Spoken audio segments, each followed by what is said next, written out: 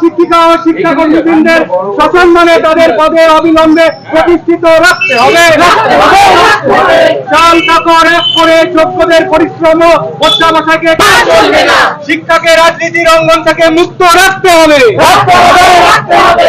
ধৈর্যের বাঁধ ভাঙল তিস্তাপাড়ের চাকরি হারানো শিক্ষক শিক্ষিকাদের। স্কুল দপ্তর অভিযানে রাজপথে দেশ গড়ার কারিগরেরা। মুখ্যমন্ত্রীর আশ্বাসে যে চিড়ে ভেজেনি সেই আজ আগে থেকেই মিলছিল রাজ্যের বিভিন্ন প্রান্ত থেকে। বুধবার সেই আজ ছুঁয়ে ফেলল সদ্য চৈত্রের বৃষ্টি ভেজা জলপাইগুড়ি জেলার তিস্তাপাড়ের রাজপথ। এদিন সকাল থেকেই শহরের টাউন ক্লাব স্টেডিয়ামের সামনে সমবেত হতে থাকে চাকরি হারানো শিক্ষক শিক্ষিকারা। এরপরেই ফেস্টুনে নিজেদের দাবি তুলে ধরে মিছিল এগিয়ে যায় পিডব্লিউডি মোড়ে অবস্থিত জেলা স্কুল পরিদর্শক কার্যালয় চত্বরে। মিছিল শুরু হতেই বহিঃপ্রকাশ ঘটে অনিশ্চিত ভবিষ্যতের দিকে এগিয়ে যাওয়া দেশ গড়ার কারিগরদের মধ্যে। এই প্রসঙ্গে মিছিলে পা মেলান চাকুরিহারা শিক্ষিকা সেলিনা আক্তার। জানান, জলপাইগুড়িতে নবম দশম শ্রেণীতে 241 জন এবং 11-12 শ্রেণীতে 80 জন রয়েছি। আজ ডিআই অফিসে আমাদের দাবি রাখতে যাচ্ছি। এখানে সুরাহা না হলে আমাদের নেতৃত্ব যেমন ভাবে বলবে সেই অনুযায়ী আগামীতে আন্দোলনের পথ খুঁজে নেওয়া হবে।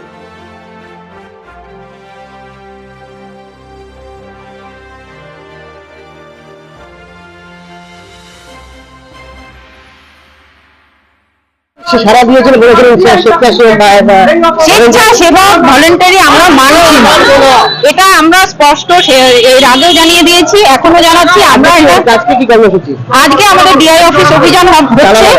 তালা লাগানোর ব্যাপারটা আমরা ওখানে গিয়ে দেখছি, ওখানে কি অবস্থায় আমাদেরকে অ্যাপ্রোচ করতে হচ্ছে।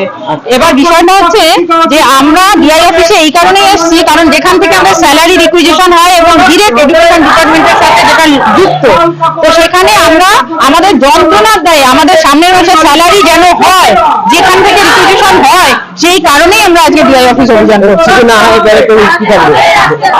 যদি না হয় আমাদের নেক্সট কর্মসূচি নিয়ে আমাদের নেতৃত্ব রয়েছে।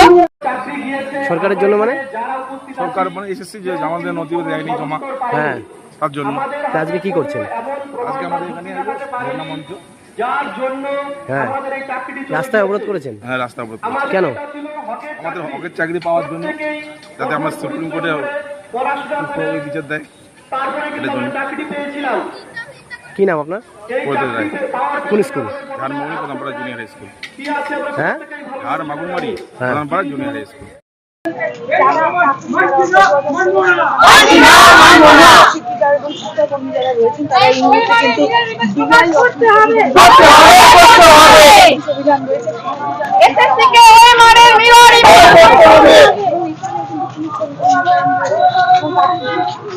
কিন্তু তো এখানে বিক্ষোভ কর্মসূচি করার জন্য আমরা